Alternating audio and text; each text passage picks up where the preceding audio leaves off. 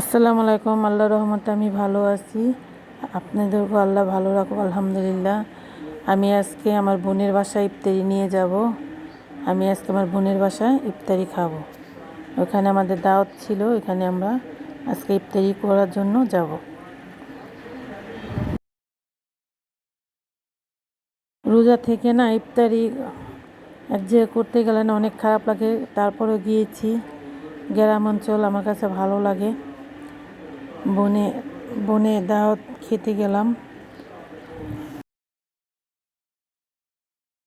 এই রোজে আমার বোনে আসতে পারেনি, তো অসুস্থ মানুষ, আমরা সবাই গেলাম দাওয়াত খাওয়ার জন্য।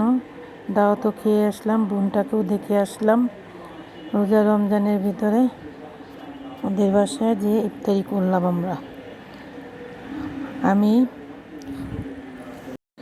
গ্রাম অঞ্চল আমার কাছে এমনিতেও ভালো লাগে, প্রকৃতি তো এমনিতে অনেক সুন্দর।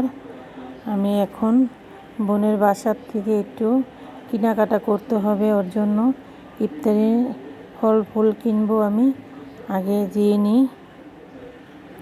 রোজা রমজানের ভিতরে আত্মীয় স্বজন থাকলে তাদের সাথে দেখা সাক্ষাৎ করা ভালো। দেখা সাক্ষাৎ করলে মহব্বত বাড়ে রোজা রমজানে।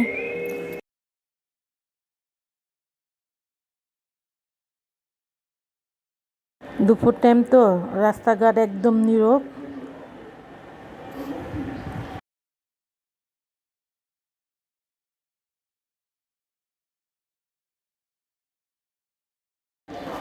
আমি বেড়াতে গেলাম, আপনাদের সাথে একটু শেয়ার করলাম।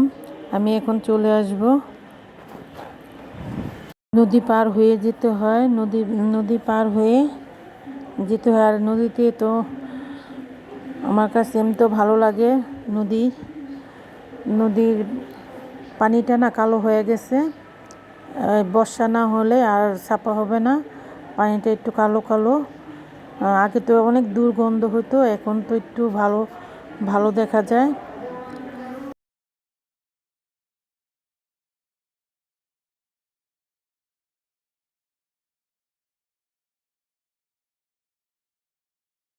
নদীর চারপাশ বেড়িবান আর গাছগাছালি লাগাইছে, দেখতে নদীটা খুবই সুন্দর লাগছে। নদীতে ঘুরতে না অন্যরকম একটা আনন্দ পাওয়া যায়, ভালো লাগে। আর রোজা রমজানের ভিতরে তো এখন মানুষের অনেক যাতায়াত কম, বিকালে মানুষের বের হবে। অনেক কিছু আপনাদের সাথে একটু তুলে ধরি। আপনারা যদি একটা লাইক কমেন্ট সাবস্ক্রাইব করেন, একটা ভিডিও বানাতে অনেকটা উৎসাহ লাগে, ভালো লাগে। দেখবেন ভিডিওটা, ভালো মন্দ দেখলে বুঝতে পারবেন ভিডিওটা বানাতে খুব কষ্ট হয়। একটা লাইক দিয়ে দেখবেন।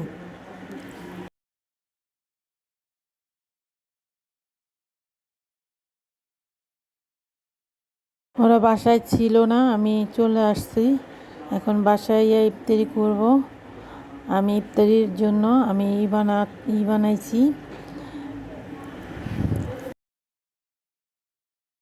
ছোট শর্মা বানাবো।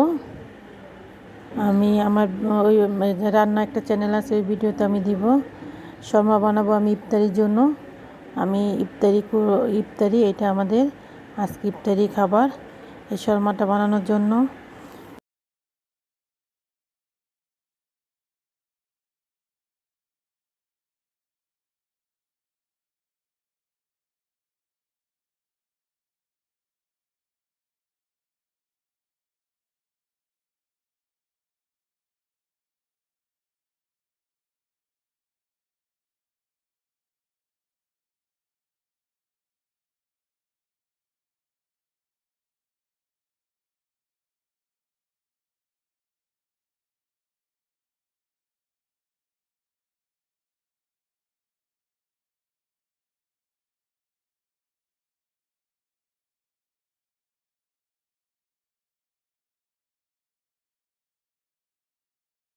এটা আমি ঘরে বানালাম আমাদের ইফতারির জন্য খাবার।